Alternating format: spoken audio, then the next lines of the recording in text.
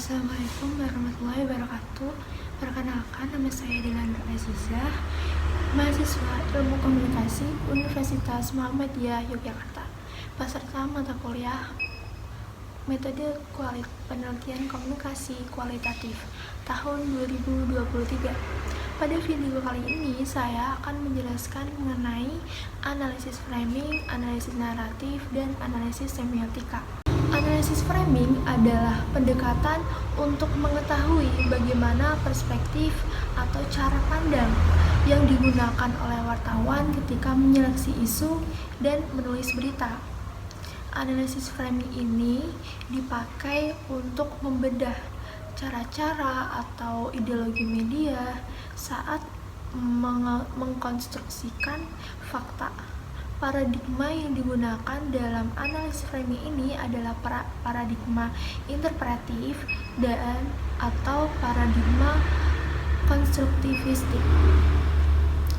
Model-model yang digunakan dalam analisis framing ini yaitu terdapat Robert M. Eijkman adalah salah satu seseorang yang menjelaskan mengenai analisis framing yaitu untuk studi isi media.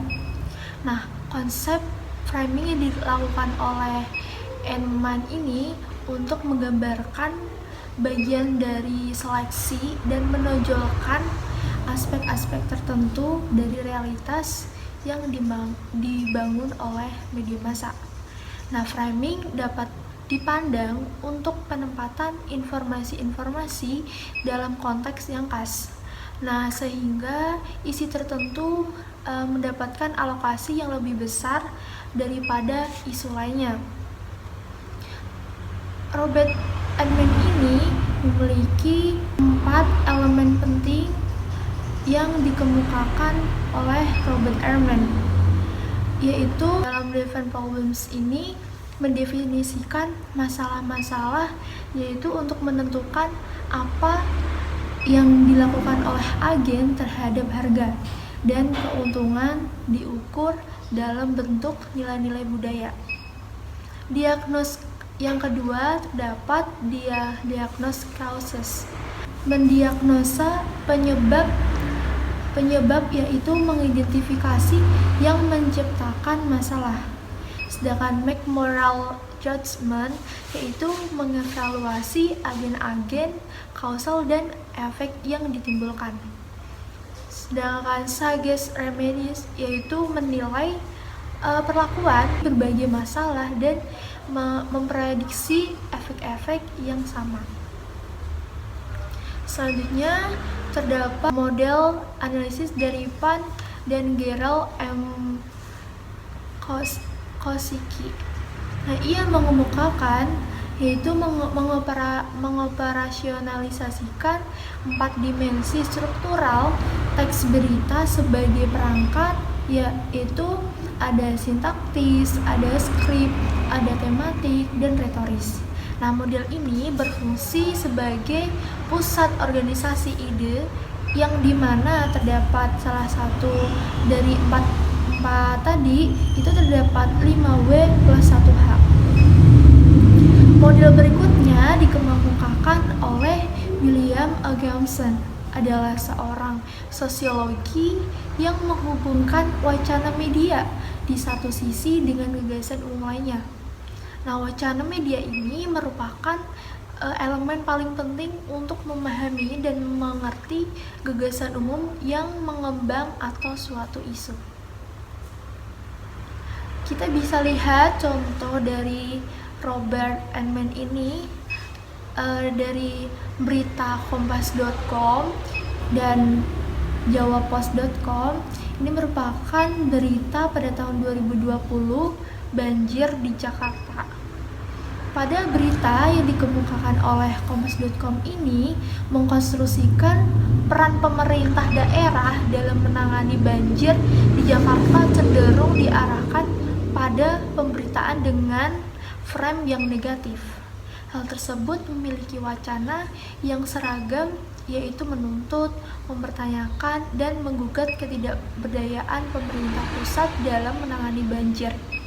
Nah, sedangkan Jawa Pos ini yaitu mengkonstruksikan pemberitaan mengenai banjir Jakarta dengan frame untuk membangun citra baik pada kinerja pemerintah daerah. Selanjutnya terdapat faktor-faktor yang mempengaruhi framing. Ini dari Shoemaker and Rees pada tahun 2001.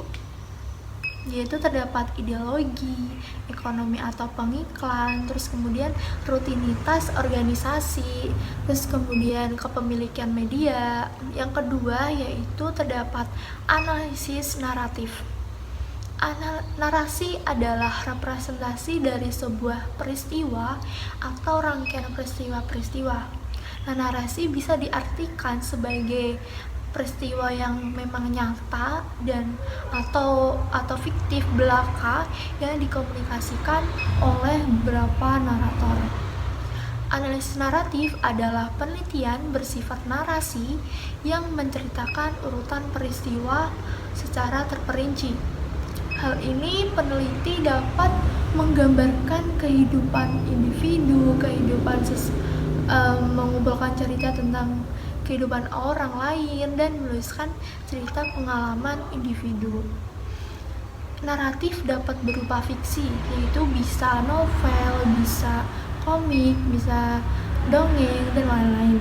Dan non-fiksi itu biografi seseorang, sejarah dari yang memang memiliki nilai-nilai sejarah, terus macam-macam analisis naratif, yaitu ada autobiografi, riwayat hidup orang lain, terus cerita pengalaman pribadi atau individu juga, terus cerita pribadi, terus interview, dokumen pribadi, sejarah hidup, terus etnografi, autoetnografi, dan etnopsikologi.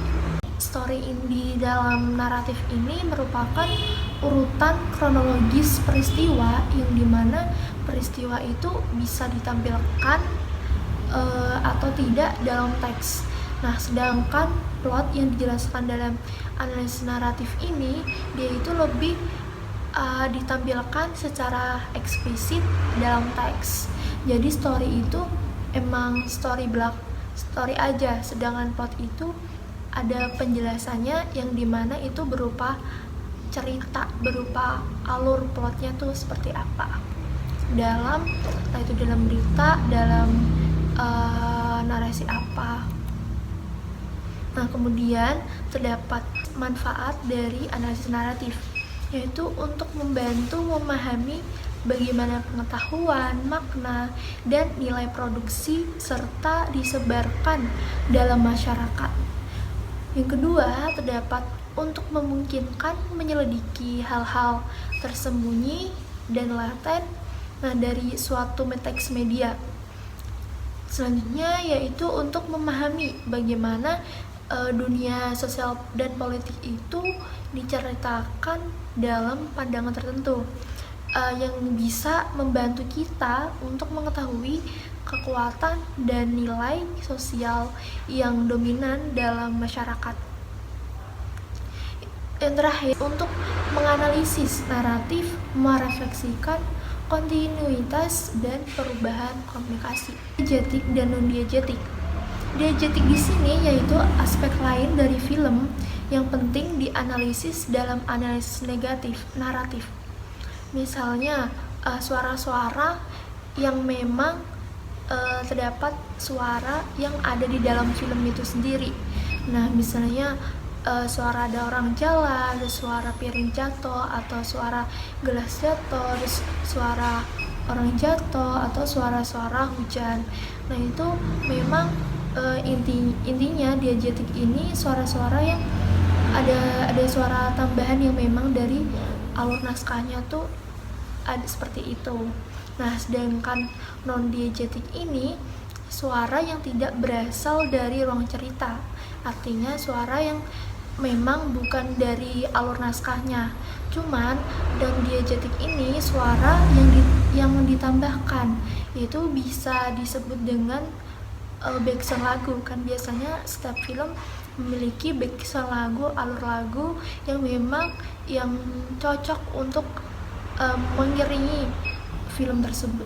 Selanjutnya terdapat struktur model analisis dari naratif, yaitu yang dikemukakan oleh Zvetan Todorov ya, dan ia mengemukakan strukturnya yaitu struktur narasi yang diawali dengan keharmonisan, gangguan, dan mencapai keharmonisan lagi.